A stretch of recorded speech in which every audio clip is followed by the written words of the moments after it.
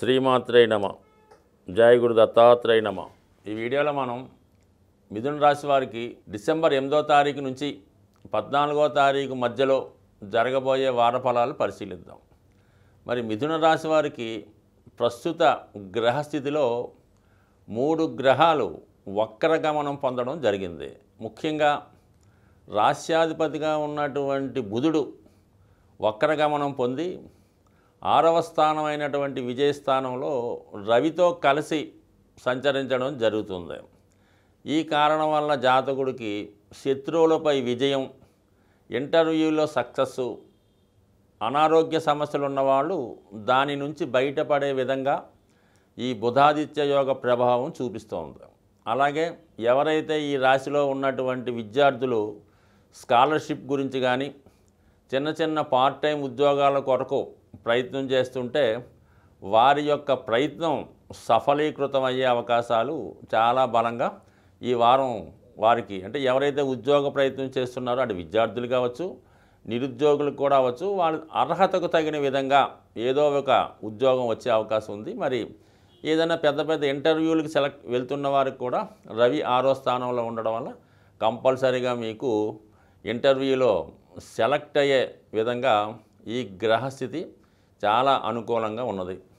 అలాగే ముఖ్యంగా ఎవరైతే రుణం కొరకు ప్రయత్నం చేస్తున్నారో, ముఖ్యంగా ఏదైనా సొంత గృహం కానీ ఇంటికి కావాల్సినటువంటి స్థలం కానీ కొనుక్కునే వారికి, అలాగే విదేశ విద్యల కొరకు కానీ ఏదైనా ఫ్యూచర్లో వాళ్ళు ఈ పరీక్ష ఫీజులు కట్టడానికి రుణ ప్రయత్నం చేస్తుంటే అది మీకు ప్రభుత్వ రంగ సంస్థల ద్వారా రుణ ప్రయత్నం ఫలించే అవకాశం ఉంది. తద్వారా మీరు ఎంతో కాలంగా ఎదురు చూస్తున్నటువంటి మీ యొక్క ఆర్థిక సమస్య వల్ల ఏ పనులైతే ఆగిపోతున్నాయో అవి ఫుల్ఫిల్ అయ్యి మీ యొక్క సమయానికి ధనం రావడం వల్ల అది స్థిరాస్తి కొనే విషయంలో కానీ, రుణం తీర్చే విషయంలో కానీ, విద్యార్థులకి పరీక్ష ఫీజు కట్టే విషయంలో కానీ, ఈవెన్ ఫైనల్గా మెడికల్, కొంతమంది ఏంటంటే ఏదో ఆపరేషన్ సర్జరీకి చాలా ఎక్కువ మొత్తంలో డబ్బు పోగు చేయవలసి ఉంటుంది. అటువంటి వారికి కూడా మరి ప్రభుత్వ సహకారంతో, ప్రభుత్వ బ్యాంకుల సహకారంతో మీ వైద్య సంబంధించినటువంటి ఖర్చులకు కూడా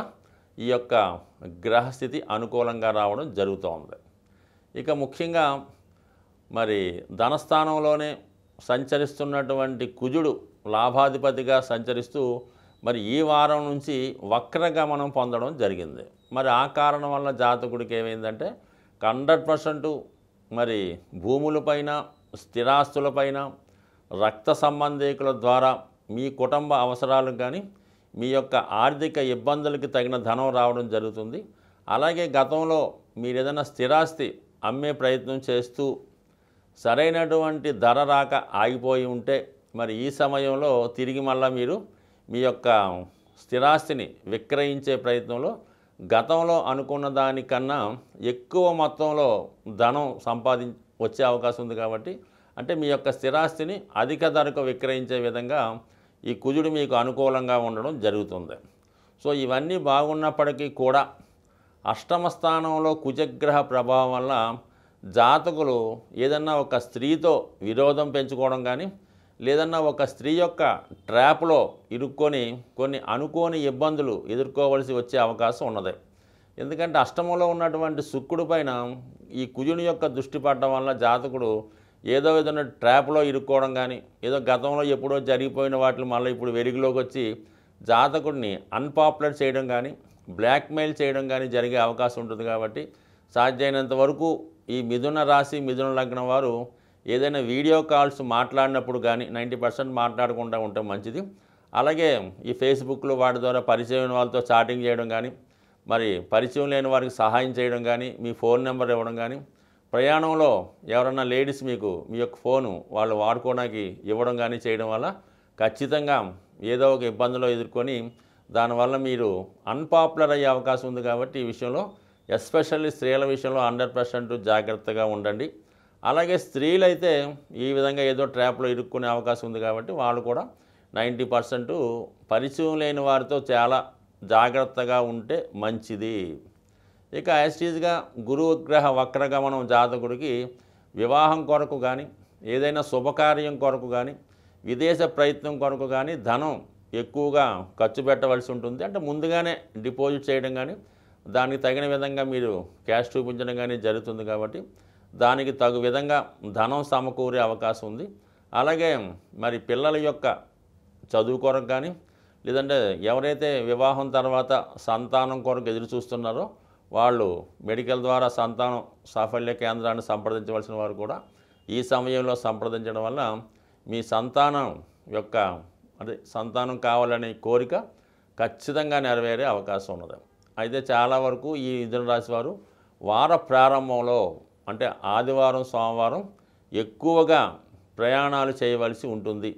ముఖ్యంగా మంగళవారం బుధవారం ఎటువంటి వివాదాల్లో చిక్కుకోకుండా జాగ్రత్త వహిస్తే మంచిది. మనసుని కంట్రోల్లో పెట్టుకొని ఎక్కువగా ఇటువంటి ఈ చెడు ఆలోచనల వైపు వెళ్లకుండా మంచి ఆలోచనలు చేసుకుంటే మంచిది. ఎస్పెషల్లీ మంగళ బుధవారాలు. గురువారం నుంచి ఆటోమేటిక్గా మీ యొక్క సక్సెస్ తిరిగి ప్రారంభం అవడం ఆర్థిక పరంగా అనుకూలత జరిగే అవకాశం ఉంది. ఈ వారం గ్రహస్థితి పరిశీలించినప్పుడు ఈ వార ప్రారంభంలోనే కుజగ్రహ వక్రగమనం అలాగే బుధ గురుగ్రహాలు అంటే 3 గ్రహాలు వక్రగమనంలో పొందడం వల్ల అలాగే నిరంతరం వక్రగమనంలో ప్రయాణించే రాహుకేతువులు అంటే మొత్తం మనకి 9 గ్రహాల్లో 5 గ్రహాలు వక్రగమనంలో ప్రయాణించడం వల్ల జాతకుడు ఏ పని ప్రారంభించినా కూడా ఆ పని 1-2 సార్లు చేస్తే తప్ప పూర్తయ్యే అవకాశాలు చాలా తక్కువగా ఉంటాయి. కాబట్టి ఏదైనా నిరాశ చెందకుండా ప్రయత్నం చేయడం మంచిది. బుధుడు వక్రగమనం వల్ల విద్యార్థులు చదువుపైన దృష్టి కాకుండా ఇతర విషయాల మీద దృష్టి పెట్టకుండా చదువు మీద దృష్టి పెడితే మంచిది. సో ఏదైనా ఈ వారం జాతకుడు కుజుని యొక్క అనుగ్రహం కోసం అంటే ఇది అన్ని రాశుల వారికి సహకరిస్తుంది కాబట్టి ఏ రాశి వారైనా కుజుడు వక్రగమనం పొందడం వలన ప్రతి ఒక్కరిలో కూడా ఆవేశం కోపం ఎక్కువ రావడం వలన ఎక్కువగా భార్యాభర్తల మధ్య అన్నదమ్ముల మధ్య ఘర్షణ కారణం అవుతుంటుంది. కాబట్టి ప్రతి ఒక్కరూ కూడా మరి రాబోయే 81 రోజులు ఈ కుజుడు వక్రగమనంలో ఉండడం జరుగుతుంది. సుమారుగా మనకి డిసెంబర్ 7వ తారీఖు నుంచి మరి ఈ సమయంలో ముఖ్యంగా ఏంటంటే మరి భూమికి సంబంధించిన తగాదాలు బాకీలు అంటే వడ్డీ వ్యాపారం చేస్తున్న వాళ్ళు అప్పులు ఇచ్చుకొని తీసుకున్న వాళ్ళు ఈ కట్టలేకో తీయలేకో వసూలు చేయలేకో మొత్తం వాళ్ళ మధ్య ఇబ్బందులు. రియల్ ఎస్టేట్ వ్యాపారం చేస్తున్న వాళ్ళకి ఏంటంటే వాళ్ళు ఇంకా రేటు వస్తుందని ఆశపడి అమ్మకపోవడం ఈ విధంగా ఆ వ్యాపారస్తులకు చికాకులు వచ్చే అవకాశం ఉంటుంది మొత్తం మీద. కాబట్టి ప్రతి ఒక్కరూ కూడా ఈ సమయంలో కుజగ్రహ అనుగ్రహం తప్పనిసరిగా ఉండాలి. ఎందుకంటే భార్యాభర్తలు గొడవలు రావచ్చు, మరి సంతానం కలిగే విషయంలో ఇబ్బందులు రావచ్చు, అలాగే రుణదాతల ఒత్తిడి ఎక్కువ అవ్వచ్చు. ఈ కారణాల వల్ల ప్రతి ఒక్కరు కూడా వీలైతే మంగళవారం రోజు ఎవరి ఇష్టదైవం అనుకోవడం కన్నా మంగళవారం రోజు సుబ్రహ్మణ్య స్వామి లేదా ఆంజనేయ స్వామిని దర్శించుకోవడం వల్ల కుజుని యొక్క అనుగ్రహం మీకు సంపూర్ణంగా రావడం జరుగుతూ ఉంటుందన్నమాట. దానివల్ల ఏంటంటే మీరు ఈ కుజుడు ఎప్పుడైతే మీకు అనుగ్రహించాడో జాతకుడికి ధైర్యంతో సాహసంతో ముందుకు వెళ్తాడు. భూములు స్థిరాస్తి సంబంధించిన వ్యవహారాలు కలిసి వస్తాయి. అంటే జాతకుడికి ముందుగానే వాళ్ళకి ఏ పని కావాలన్నా ధైర్యంగా అడగగలడు, చేసేవాళ్ళు కూడా చేసే అవకాశం ఉంది. కాబట్టి సాధ్యమైనంత వరకు ప్రతి రాశివారు కూడా కుజుని యొక్క అనుగ్రహం కోసం సుబ్రహ్మణ్య స్వామి ఆంజనేయ స్వామిని ఆరాధించండి. మరి ఈ మధ్యకాలంలో విపరీతంగా మనకి తమిళనాడు ఉభయ ఆంధ్రప్రదేశ్లో ఏ పని జరగాలన్నా మరి కరుంగలి మాల అంటే ఇవి చాలా వరకు ఈ సిటీలో హైదరాబాదు లేదంటే తమిళనాడులో ఎక్కువ దొరుకుతాయి. కాబట్టి మరి వీలైన వాళ్ళు ఒరిజినల్గా అంటే పెద్ద ఖరీదు ఉండదు అది. మరి అక్కడ మనకి అది దొరికే చోట సుబ్రహ్మణ్య స్వామి టెంపుల్లో 800-1000 రూపాయలు అటు ఇటుగా అమ్ముతూ ఉంటారు. ఒక 1500 రూపాయలు పెట్టుకుంటే మంచి ఒరిజినల్ కరుంగని మాల ధరించడం వల్ల నేను చాలామందిని చూశాను. చాలామంది నేను ఇచ్చిన వాళ్ళు కూడా 1500 ఈ రోజుల్లో పెద్ద అమౌంట్ కాదు. అది ధరించడం వల్ల ముఖ్యంగా కుజుని యొక్క అనుగ్రహంతో రుణ సమస్యలు సాల్వ్ అవుతాయి, విజయ అవకాశాలు పెరుగుతాయి, భూములు వ్యవసాయం చేస్తున్న వాళ్ళకి అనుకూలంగా ఉంటుంది. కొంత ధైర్యం రావడం జరుగుతుంటుంది. అంటే ప్రయత్నం లేనిదే ఏ పని జరగదు.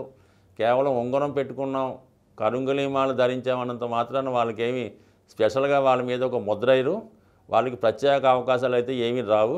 అయితే మీరు చేస్తున్నటువంటి ప్రయత్నానికి మీరు 90% ప్రయత్నం చేస్తే 10% అన్న ఈ అదృష్ట వస్తువులు లాంటి అంటే కరుంగలిమాల, స్ఫటికమాల, ఈ ఉంగరాలు కొంతవరకు మీకు 5% 10% సహకరిస్తాయి తప్ప అసలు ఏమీ ప్రయత్నం చేయకుండా మీరు కరుంగలి మాల కాదు కదా, డైమండ్ మాల వేసుకున్నా కూడా ఏ పని జరగదు. స్వస్తి.